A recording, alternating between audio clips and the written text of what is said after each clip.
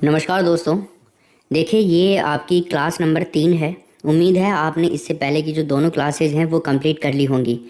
देखो, अगर आपने नहीं करी है ना इससे पहले वाली दोनों क्लासेस कंप्लीट, तो डिस्क्रिप्शन के अंदर दोनों कक्षाओं के लिंक हैं। एजुकेशन जो टेलीग्राम चैनल है उसको ज्वाइन कर लो, वहाँ पे दोनों कक्षाओं के लिंक आपको मिल जाएंगे। उन दोनों कक्षाओं को भी आप ज़रूर देखिएगा। अगर आप सीरियसली स्टडी करना चाहते हैं और राजस्थान का इतिहास अच्छी तरह से कंप्लीट करना चाहते हैं कि सारी हेडेक आपकी ख़त्म हो जाए, तो आप प्लीज़ उन दो कक्षाओं को भी ज़रूर कंप्लीट कीजिएगा। देखो दोस्तों, ये क्लासेज फर्स्ट ग्रेड के लिए भी हैं, ये क्लासेज सेकंड ग्रेड के लिए भी हैं और ये क्लासेज थर्ड ग्रेड के लिए भी हैं। देखिए दोस्तों, होता क्या है ना, सिलेबस आपके है। अब जैसे आज की क्लास है, ये first grade, second grade, third grade, तो आपके सभी के सिलेबस में तीनों चीज़ें हैं, तो तीनों के लिए अलग अलग नहीं पढ़ा सकता मैं। वही चीज़ अलग अलग 3 बार पढ़ाऊँगा, क्या मतलब निकलेगा? चीज़ वही पढ़ानी है फिर भी।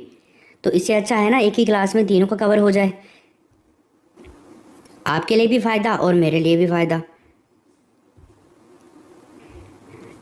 इन 3 की नहीं, आप राजस्थान में कोई भी एग्ज़ाम की तैयारी करना चाहते हैं और राजस्थान का जीके कंप्लीट करना चाहते हैं, तो ये कक्षाएं आप लोगों के लिए मील का पत्थर साबित होने वाली हैं। चलो देखो, शुरू करते हैं अब हम। तो रंगमहल सभ्यता की बात करेंगे आज हम। कल हमने 4 सभ्यताएं पढ़ ली थी, कालीबंगा, आहड़, गणेश्वर और बैराट। आज हम रंगमहल पढ़ेंगे। आज सारी सभ्यताओं वाला टॉपिक जो आपका कंप्लीट हो जाएगा। फिर आपका कल जो है ना टेस्ट होगा दोस्तों, आज से पहले की जो मतलब आज तक की क्लासेज हैं, 3 कक्षाएं, इन 3 कक्षाओं का टेस्ट होगा। मैं आपको बता दूंगा कहाँ पर होने वाला है वो टेस्ट, टेलीग्राम पे स्क्रीनशॉट भेज दूंगा। देखो, तो रंगमहल सभ्यता की बात करें, ये अवस्थित कहाँ पे है? हम बात करें इसकी तो ये घग्गर नदी के किनारे है। घग्गर नदी के किनारे। कहाँ पे? घग्गर नदी के किनारे, हनुमानगढ़ जिले के अंदर। हनुमानगढ़ जिले के अंदर, ठीक है। घग्गर नदी के किनारे, हनुमानगढ़ जिले के अंदर। खोजकर्ता की अगर हम बात करें तो इसके खोजकर्ता का नाम है दोस्तों अमलानंद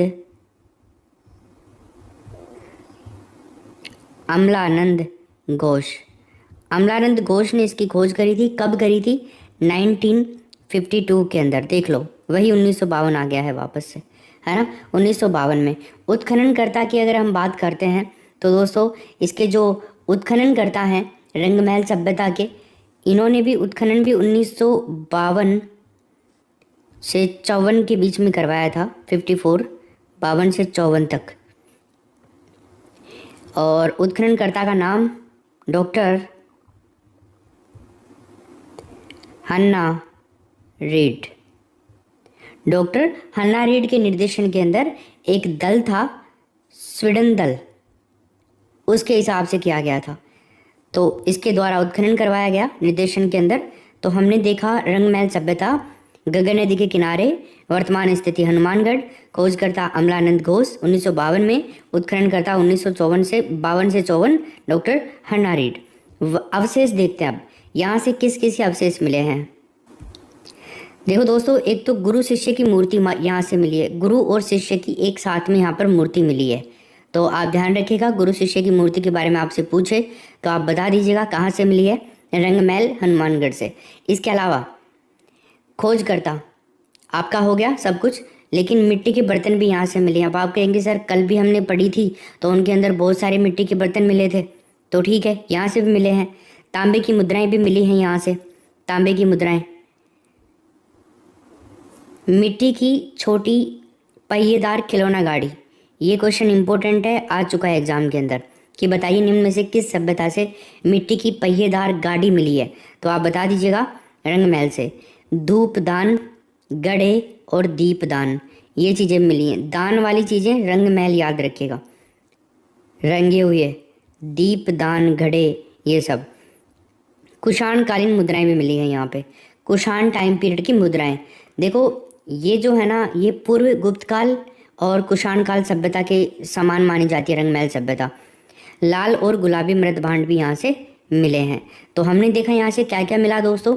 एक तो मिले गुरु शिष्य की मूर्ति, वेरी मोस्ट इंपॉर्टेंट, मिट्टी के बर्तन, तांबे की मुद्राएं, मिट्टी की छोटी पहिएदार खिलौना गाड़ी, ये इंपॉर्टेंट है, ये भी इंपॉर्टेंट है। धूपदान, दीपदान और घड़े, कुषाणकालीन मुद्राएं, लाल और गुलाबी रंग के मृद भांड, ठीक है ना।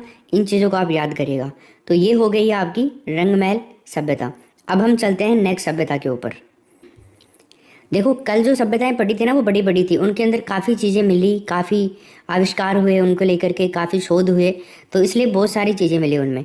लेकिन आज वाली जो सभ्यताएं हैं ना, छोटी छोटी सभ्यताएं, 2-2 5-5 मिनट की सभ्यताएं हैं, 2-2 5-5 मिनट में इनको कंप्लीट कर लेंगे अपन। नाउ अब चलते हैं अपन अपनी दूसरी सभ्यता की ओर।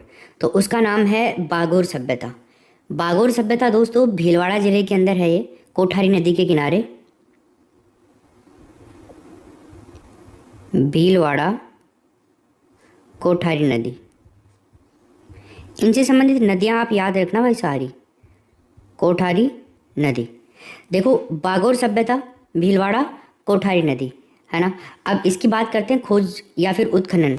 वीरेंद्रनाथ मिश्र के द्वारा इसकी खोज और उत्खनन करवाया गया। तो 1967-68 ये डेट, ये सन आपको याद रखना है, ठीक है। स्थान बागोर भीलवाड़ा कोठारी नदी के किनारे। कृषि और पशुपालन के प्राचीनतम साक्ष्य यहाँ से मिले हैं। ये बहुत इंपॉर्टेंट लाइन है यहाँ पे लिखी हुई। अगर आपसे पूछ ले कि कृषि और पशुपालन के प्राचीनतम साक्ष्य बताए निम्न में से किस सभ्यता से मिले, बागोर सभ्यता, आहड़ सभ्यता, कालीबंगा या फिर गणेश्वर, तो आपसे प्रश्न में आंसर आएगा क्या, बागोर सभ्यता, क्योंकि आपने यहाँ पे पढ़ा है। आगे चलते हैं। उत्खनन में महासतियों का टीला मिला। उत्खनन के अंदर महासतियों का टीला प्राप्त हुआ है। तो पूछ सकता है कि महासतियों का टीला कहाँ से प्राप्त हुआ है। बागोर को आदिम संस्कृति का संग्रहालय भी कहा जाता है। ये भी लाइन बहुत ज़्यादा इंपॉर्टेंट है, आपसे अलग से प्रश्न पूछा जा सकता है कि बताइए निम्न में से किस सभ्यता को आदिम संस्कृति का संग्रहालय कहा जाता है, तो वो है बागोर सभ्यता।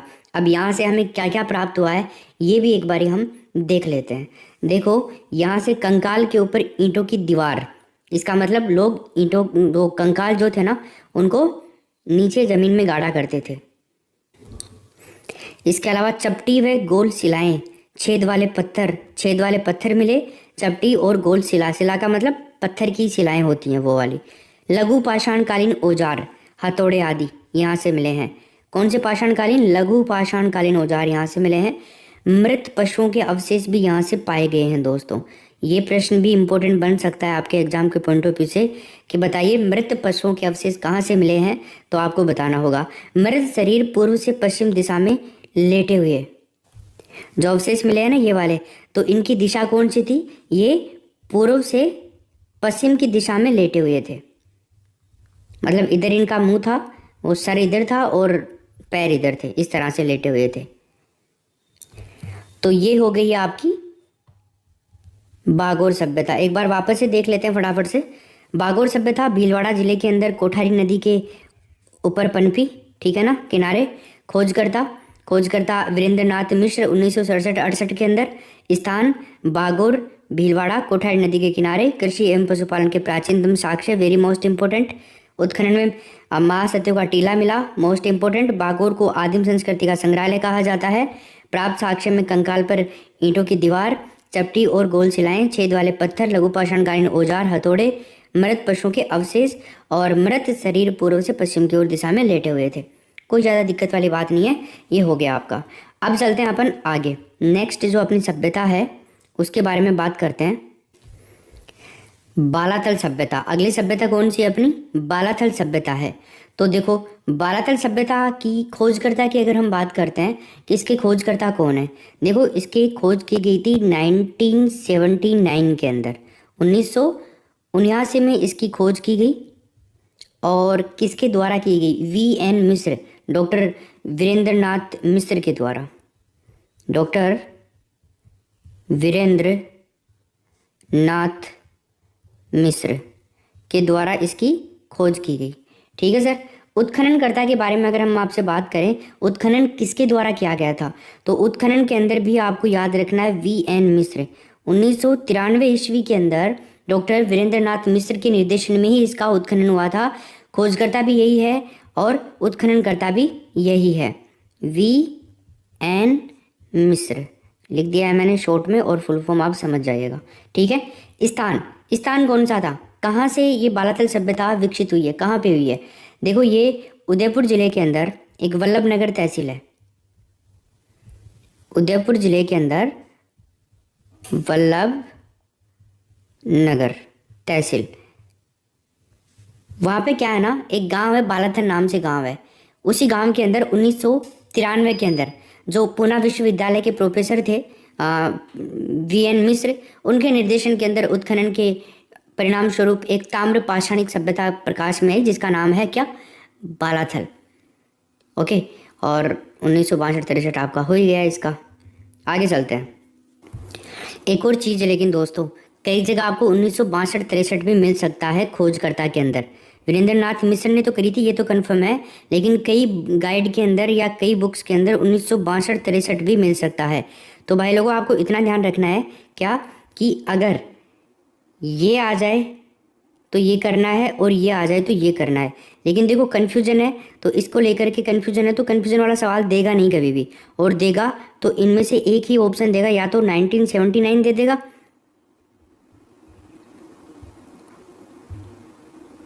ओके, और या फिर 1962-63 दे देगा। तो दोनों मैंने लिखवा दिए हैं आपको, जो भी आ जाए वो कर दीजिएगा आप लोग। फिर आप कहेंगे सर दोनों आ जाए तो क्या करें, फिर दोनों आ जाए तो आपको ये वाला करना है, ठीक है। आगे चलिए, चलते हैं अपन समय की बात करते हैं। समय ये ताम्र पाषाण युग के टाइम पीरियड की है, तो यहाँ पर लिख लीजिए ताम्र पाषाण युग।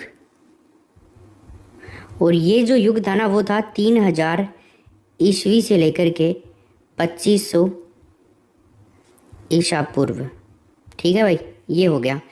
मिश्रित अर्थव्यवस्था के साक्ष्य भी यहाँ से मिले हैं।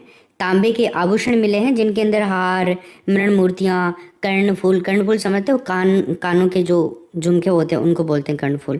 कृषि, पशुपालन, शिकार के अवशेष, अध पके मृद भांड, आधे पके हुए आधे नहीं पके हुए। लोहा गलाने की 5 भट्टियाँ कहाँ से मिली हैं भाई, बालाथल उदयपुर से, ठीक है ना। तो ये क्या क्या मिला यहाँ से एक बार वापस से इसको देख लेते हैं, खत्म हो गई ये बालाथल सभ्यता हम पढ़ रहे हैं। खोजकर्ता वीरेंद्र नाथ मिश्र हैं इसके, ये कंफर्म है। इसके अलावा 1979 की डेट याद रखनी है और 1962-63 की। उत्खननकर्ता 1993 के अंदर वीरेंद्र नाथ मिश्र के द्वारा इसका उत्खनन किया गया। इसके अलावा स्थान उदयपुर वल्लभनगर। समय ताम्रपाषाण युग 3000 कीजिएगा ना, 3000 से 25 ईसा पूर्व। मिश्रित अर्थव्यवस्था के साक्ष्य, तांबे के आभूषण, इनके अंदर हार, मृण मूर्तियाँ, कर्णफूल, और कृषि पशुपालन, शिकार के अवशेष, अधपके मृदबांड, लोहा गलाने की 5 भट्टियाँ। क्लियर है सभी का आपका। चलो अब आगे देखते हैं अपन। नेक्स्ट जो अपनी सभ्यता है देखते हैं कौन सी है। अब और भी बिल्कुल छोटी छोटी सभ्यताएं हैं, बस इनमें आपको इतना याद रखना रहता है कि ये कहाँ पे अवस्थित है, किस जगह पे बनी पनपी। तो ईसवाल सभ्यता उदयपुर जिला याद रखेगा आप लोग। कुषाणकालीन सिक्के यहाँ से प्राप्त हुए हैं ईसवाल सभ्यता से। 2003 में यहाँ से लोहा कालीन सभ्यता के अवशेष मिले। तो ये थोड़ा मॉडर्न टाइप का क्वेश्चन बन सकता है, कुछ थोड़े दिन पहले की बात है। तो यहाँ पर लोहे युगीन सभ्यता के अवशेष मिले हैं। यहाँ से 5 बस्तियों के प्रमाण मिले हैं, 5 बस्तियों के प्रमाण मिले हैं। ऊँट के दांत, चूल्हा, हड्डियों के टुकड़े, ये सब भी यहाँ से मिले हैं ईसवाल सभ्यता से। ईसवाल सभ्यता उदयपुर जिले के अंदर कुषाणकालीन सिक्के प्राप्त हुए। 2003 में लोहे युगीन सभ्यता के अवशेष प्राप्त हुए। यहाँ से 5 बस्तियों के प्रमाण मिले। ऊँट के दांत, चूल्हे, इन हड्डियाँ, इनके टुकड़े, ये सब प्राप्त हुए हैं, ठीक है। आगे चलते हैं। नेक्स्ट अपनी नगरी सभ्यता। नगरी सभ्यता की खोज दोस्तों 1872 के अंदर कार्लाइल के द्वारा की गई थी। ये सभ्यता बहुत इंपॉर्टेंट है, क्वेश्चन बनता है यहाँ से, तो खोज को याद रखना। 1872 के अंदर कार्लाइल के द्वारा की गई थी। स्थान मध्यमिका, चित्तौड़गढ़ के अंदर पड़ता है ये मध्यमिका, है ना। नगरी मध्यमिका आप पढ़ते हो ना कई बार, इसका प्राचीन नाम भी था। गुप्त काल में निर्मित एक दुर्ग का अवशेष यहाँ से मिला। गुप्त काल के अंदर एक मंदिर बना हुआ था, दुर्ग बना हुआ था, उसी के अवशेष मिले हैं यहीं से, नगरी सभ्यता से। सिवी जनपद और गुप्तकालीन कला के अवशेष भी मिले हैं। सिवी जनपद का भाग था ना ये मेवाड़ के अंदर, तो इसलिए उसके भी अवशेष यहाँ से मिले हैं। 4 चक्राकार कुएं मिले हैं, गोल गोल कुएं 4 मिले हैं भाई यहाँ से, 4 कुएं। उत्खनन की अगर हम बात करते हैं, 3 बार उत्खनन हुआ। 1904 के अंदर डॉक्टर भंडारकर के द्वारा, 1915-16 के अंदर सौंदराजन के द्वारा, और 1962 के अंदर केंद्रीय पुरातात्विक विभाग के द्वारा, भारत सरकार के द्वारा ऑपरेट किया जाता है ये विभाग, उसके द्वारा। तो ये 3 लोगों ने या फिर 3 तरह से इसका उत्खनन हुआ है, 3 अलग अलग टाइम पीरियड के अंदर। 1904 में तो किसने किया? डॉक्टर भंडारकर ने। 1915-16 के अंदर लगभग 10 साल के बाद में सौंदराजन ने। और फिर 1962 के अंदर केंद्रीय पुरातात्विक विभाग, भारत सरकार, इसके द्वारा किया गया। ठीक है, चलो तो ये आपकी ये वाली सभ्यता भी कंप्लीट हो चुकी है। ठीक है, नगरीय सभ्यता कंप्लीट है।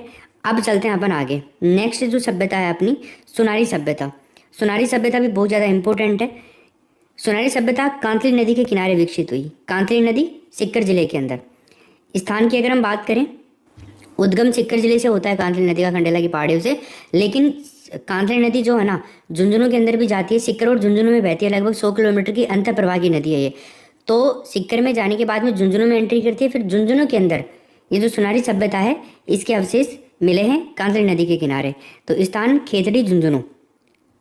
सुनारी सभ्यता का स्थान खेतड़ी झुंझुनू याद रखेगा। यहाँ का मानव घोड़े से रथ चलाने में दक्ष था। रथ के पीछे घोड़ा, मतलब घोड़े के पीछे रथ लगाया करता था ये, तो उसके अंदर दक्ष था। ऐसे प्रमाण यहाँ से मिले हैं। अयस्क से लोहा बनाने की भट्टियाँ प्राचीनतम प्राप्त हुई हैं। अयस्क से लोहा बनाने की भट्टियाँ प्राप्त हुई हैं। मानव यहाँ का जो था वो कृषि और आखेट पर निर्भर था। आखेट और कृषि ही करता था अपना पेट भरने के लिए। लोहे का कटोरा, लोहे के तीर और भाले, ये सब प्राप्त हुए हैं। लोहयुगीन सभ्यताओं में माना जाता है इसको, तो आप याद रखिएगा। सुनारी सभ्यता भी आपकी कंप्लीट है। कांतली नदी के किनारे झुंझुनू खेतड़ी के अंदर पनपी है। यहाँ का मानव घोड़े से रथ चलाने के अंदर प्रवीण था। अयस्क से लोहा बनाने की भट्टियाँ, जिनके प्राचीनतम साक्ष्य मिलते हैं। मानव कृषि और आखेट पर निर्भर था यहाँ का। लोहे का कटोरा, लोहे के तीर और भाले, ये सब यहाँ से प्राप्त हुए हैं। ठीक है, यहाँ पे ये सुनारी सभ्यता आपकी कंप्लीट। अब दोस्तों अपनी अगली सभ्यता आती है सोनती सभ्यता। सोनती सभ्यता का स्थान बीकानेर आपको याद रखना है ना। और इसके उपनाम राजस्थान का प्रथम कालीबंगा। ये बहुत इंपॉर्टेंट है। अगर आपसे पूछ ले कि बताइए निम्न में से किस सभ्यता को राजस्थान की प्रथम कालीबंगा कहा जाता है, तो वो सोनती सभ्यता है। खोज अमलानंद घोष के द्वारा 1953 के अंदर करी थी। अमलानंद घोष का याद रखिएगा, इसी टाइम पीरियड के आसपास सारे काम किए इसने। 1952, 53, 62, 63, इस टाइम पीरियड में सारे यही क्वेश्चन बनते हैं। तो ऐसे भी याद कर सकते हो सबको मिला करके एक साथ भी आप। तो सोनती सभ्यता बीकानेर के अंदर, उपनाम राजस्थान की प्रथम कालीबंगा इसको कहा जाता है, अमलानंद घोष के द्वारा 1953 के अंदर। ठीक है, अब चलते हैं अगली सभ्यता के ऊपर। तो अगली सभ्यता है नलियासर सभ्यता। कौन सी है?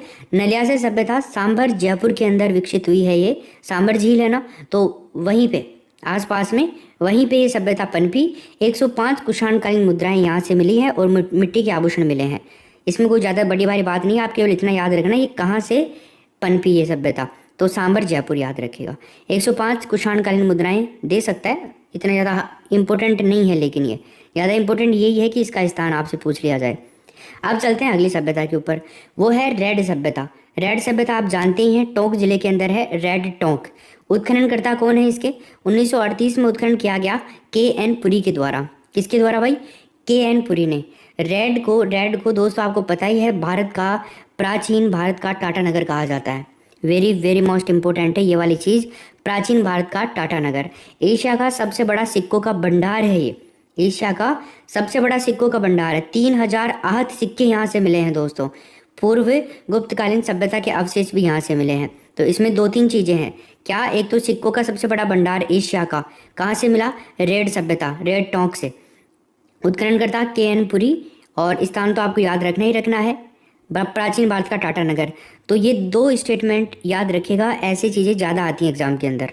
प्राचीन भारत का टाटा नगर, एशिया का सबसे बड़ा सिक्कों का भंडार, और इसी लाइन से याद रखना 3000 आज सिक्के प्राप्त हुए इससे। पूर्व गुप्तकालीन सभ्यता के अवशेष भी यहाँ पर प्राप्त हुए हैं। चलो अब आगे चलते हैं। एक सभ्यता है नोह सभ्यता। कौन सी है भाई? नोह सभ्यता। देखो स्थान नोह भरतपुर के अंदर है ना, तो बस याद रख लीजिएगा नोह भरतपुर। उत्खनन किसके द्वारा किया गया इसका? रतन चंद्र अग्रवाल के द्वारा 1963-64 के अंदर। अब आ जाओ, देखो वही क्षेत्र आ गया, वही सन आ गई, तो आसपास में ही है सारी। तो उत्खनन रतन चंद्र अग्रवाल के द्वारा 1963-64 के अंदर किया गया। भरतपुर के अंदर ब्रह्मी लिपि के अंदर लिखे हुए लेख यहाँ से प्राप्त हुए हैं। अगर आपसे पूछ ले कि बताइए निम्न में से किस सभ्यता से ब्रह्मी लिपि में लिखे हुए लेख प्राप्त हुए, तो नौ भरतपुर कर देना। यक्ष की प्रतिमा मिली है यहाँ से, यक्ष की एक मूर्ति भी मिली है, ये भी याद रखिएगा। ताम्रयुगीन सभ्यता के अवशेष भी यहाँ से मिले हैं। ताम्रयुगीन सभ्यता के अवशेष। हालांकि ये इतना इंपॉर्टेंट नहीं है। एक तो यक्ष की मूर्ति इंपॉर्टेंट है, ब्रह्मी लिपि और ये उत्खननकर्ता और स्थान, ये आप याद रख लीजिएगा। तो स्थान तो भरतपुर, उत्खननकर्ता रतन चंद्र अग्रवाल 1963-64, ब्रह्मी लिपि के अंदर लिखे हुए लेख यहाँ से प्राप्त हुए, यक्ष की प्रतिमा यहाँ से प्राप्त हुई और ताम्रयुगीन सभ्यता के अवशेष यहाँ से प्राप्त हुए। मेरे हिसाब से ये सारी चीज़ें आपकी याद हो गई होंगी। 2-3 चीज़ें ही तो हैं, इसमें कोई दिक्कत वाली बात है नहीं। देखो वैसे तो आपकी सभ्यताएं कंप्लीट हो चुकी हैं, है ना, लेकिन कुछ सभ्यताएं हैं जो मैं आपको केवल वो सभ्यताएं कहाँ पर पनपी वो मैं बता देता हूँ।